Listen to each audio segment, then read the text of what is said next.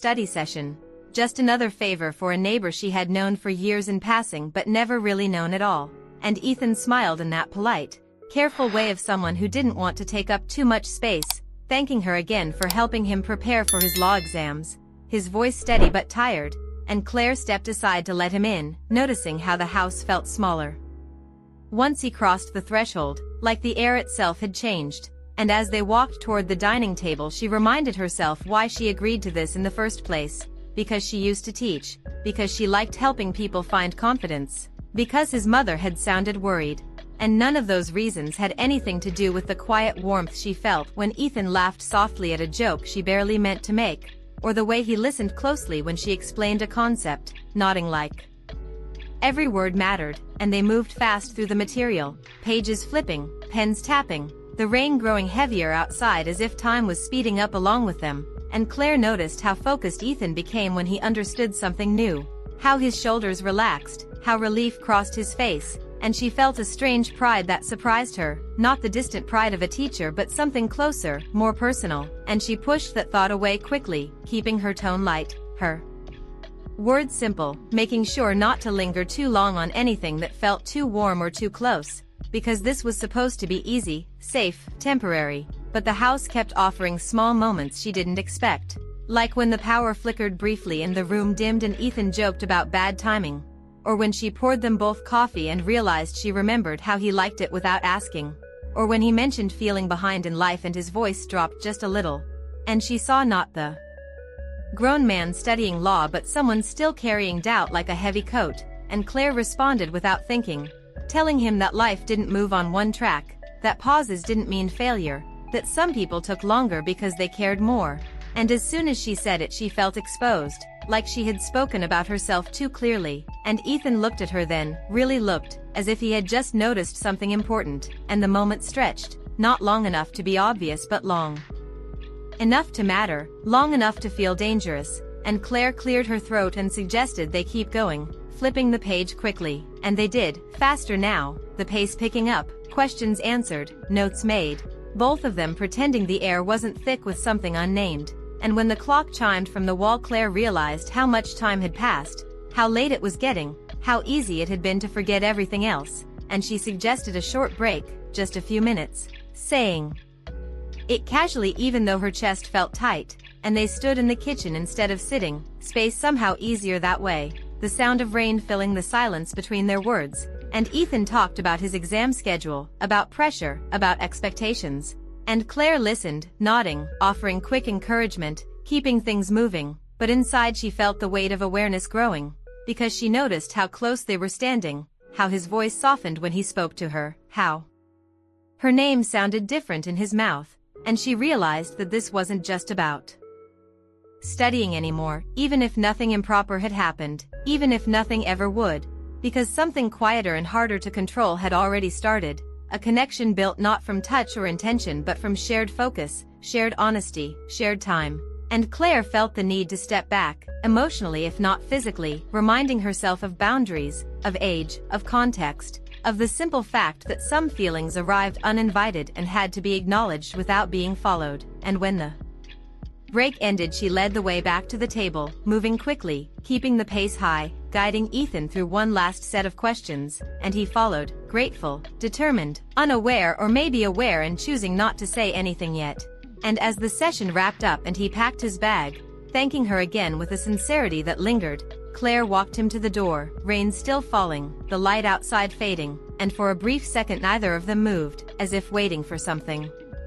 unscheduled to happen. And Claire felt the pull of that moment, felt the risk of staying in it too long, so she smiled, wished him luck, and closed the door gently after he left, leaning against it for a heartbeat longer than necessary, knowing that nothing dramatic had occurred, nothing visible or loud, and yet everything had quietly changed, because sometimes the beginning of a story didn't announce itself at all, it simply settled in, patient and unresolved, waiting for the next knock. The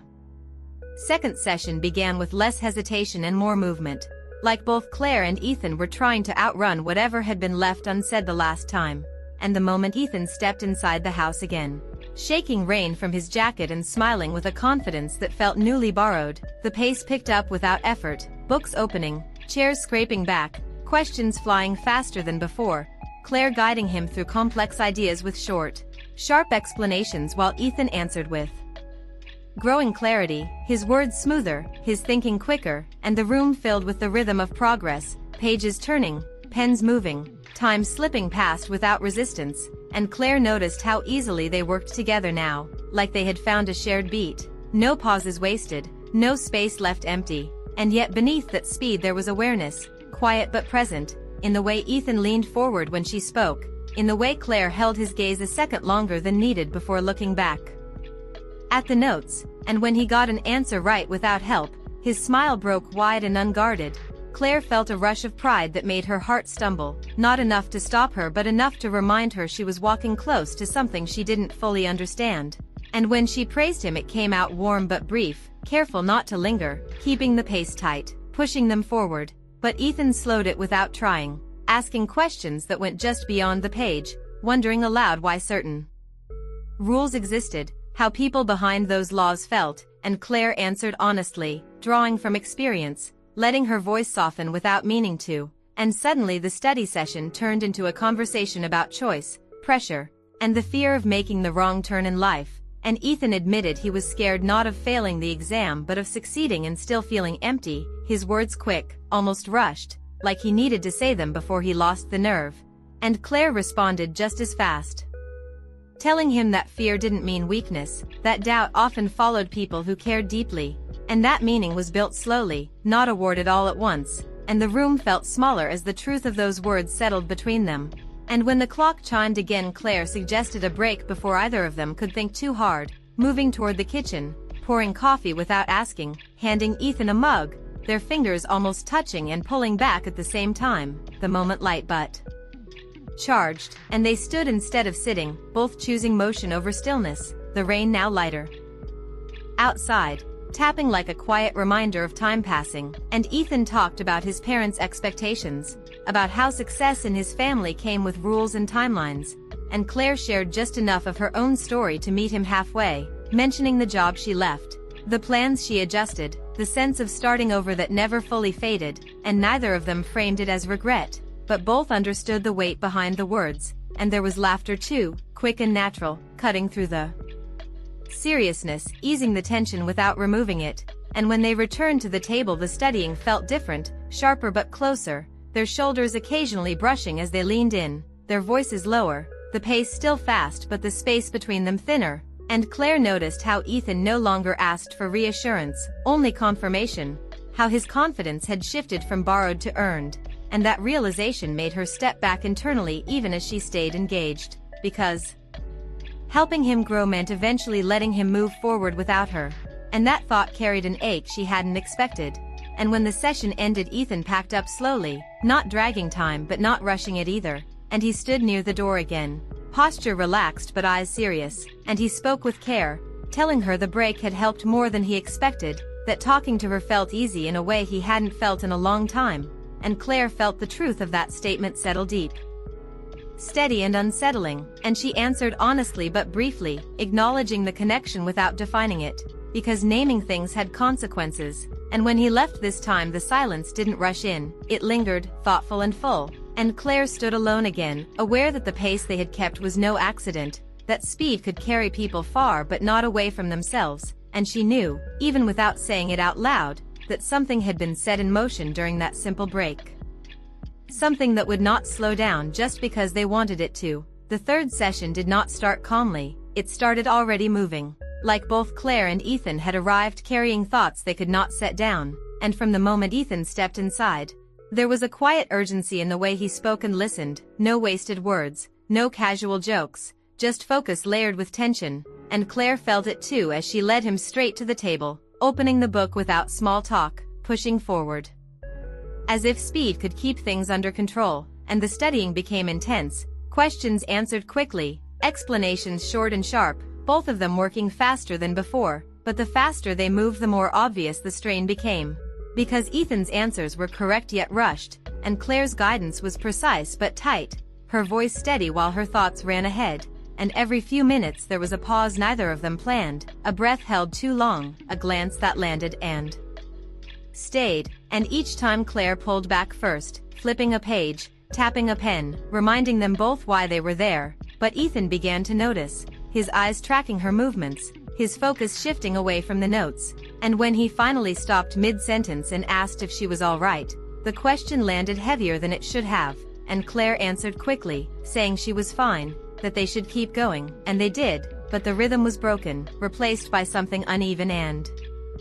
fragile. And when Ethan made a mistake he normally wouldn't have, frustration crossed his face, and Claire corrected him gently, slower now, and that slowness cracked something open, because Ethan spoke then, not about the exam but about the space between them, saying he felt like something had changed, that he didn't want to make things uncomfortable but couldn't ignore the shift, his words fast but careful, like he was stepping across thin ice. And Claire listened without interrupting, heart pounding, knowing this moment could not be avoided any longer, and when she spoke she chose honesty. Without invitation, telling him that she cared, that she valued their time, but that lines mattered, that timing mattered, and that sometimes feelings appeared without permission, and what mattered most was what people did next, and Ethan absorbed every word, nodding slowly, his expression serious but not hurt, and he responded just as carefully, saying he didn't expect anything, that he only wanted her to know he respected her, that he trusted her, and that trust hung in the air like something fragile and rare. And for a moment neither of them moved, the world outside quiet, the rain gone, the house still, and Claire felt the weight of choice pressing in, not a dramatic choice but a quiet one, the kind that shaped futures slowly, and she chose to step back without stepping away, suggesting they finish one last section and end early, keeping her voice calm and forward-moving, and Ethan agreed, matching her pace, and the final stretch of studying felt clean and focused, the tension settling into something calmer, almost sad, but steady. And when they reached the end Ethan smiled, a small genuine smile, thanking her again, not just for the help but for the honesty, and that gratitude stayed with Claire as she walked him to the door, aware that this goodbye felt heavier than the others, not final but meaningful. And Ethan paused, looking at her with clear eyes, telling her that whatever happened next, he would carry this time with him as something good, something grounding. And Claire felt her chest tighten but she smiled back, wishing him luck, meaning it in more ways than one. And after the door closed she did not lean against it this time, she stood straight, breathing evenly, knowing that something important had passed without crossing into harm, that restraint could be as emotional as action, and that letting someone grow sometimes meant accepting distance. And as she returned to the quiet table, the scattered papers now orderly, she understood that the hardest part was not feeling something unexpected, but choosing to hold it with care, and that choice, though quiet, would stay with her long after the exams were over. The days after the last session moved faster than Claire expected, not because much happened, but because everything inside her stayed alert, listening, and the house next door felt louder in its quiet, and she filled her time with work, deadlines, errands, anything that kept her from standing too long at the window or checking her phone without reason. And when Ethan didn't come by again she told herself that was good, that space meant clarity, that endings didn't always need speeches, but clarity did not bring calm the way she hoped, because every ordinary moment carried an echo of shared focus and half-finished thoughts, and she wondered how easily something small could settle so deep. And then one morning the rain stopped, sunlight cutting across the street like a reset, and Claire woke with a steadier breath,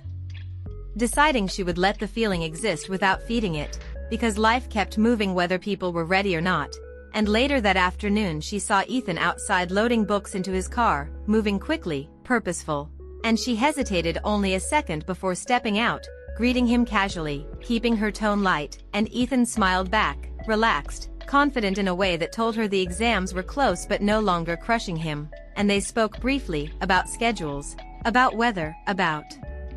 nothing important, and that nothing felt like progress, because it proved they could stand in the same space without tension pulling too hard. And when Ethan mentioned he had passed a major practice test, pride rose in Claire again, warm and clean this time, and she congratulated him honestly, meaning it fully, and he thanked her, not with weight or expectation, just gratitude. And when they parted she felt lighter than she had in weeks, because whatever this connection was, it had not demanded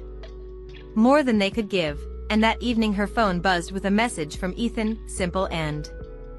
respectful, telling her the exam was scheduled, telling her he felt ready, and Claire replied just as simply, wishing him luck, reminding him he had earned his confidence. And when the exam day came, she didn't wait by the phone or mark the hours. She trusted the quiet. And when the message finally arrived saying he had done well, relief washed over her like closure and beginning at the same time. And she smiled alone in her kitchen, understanding that some relationships were not meant to grow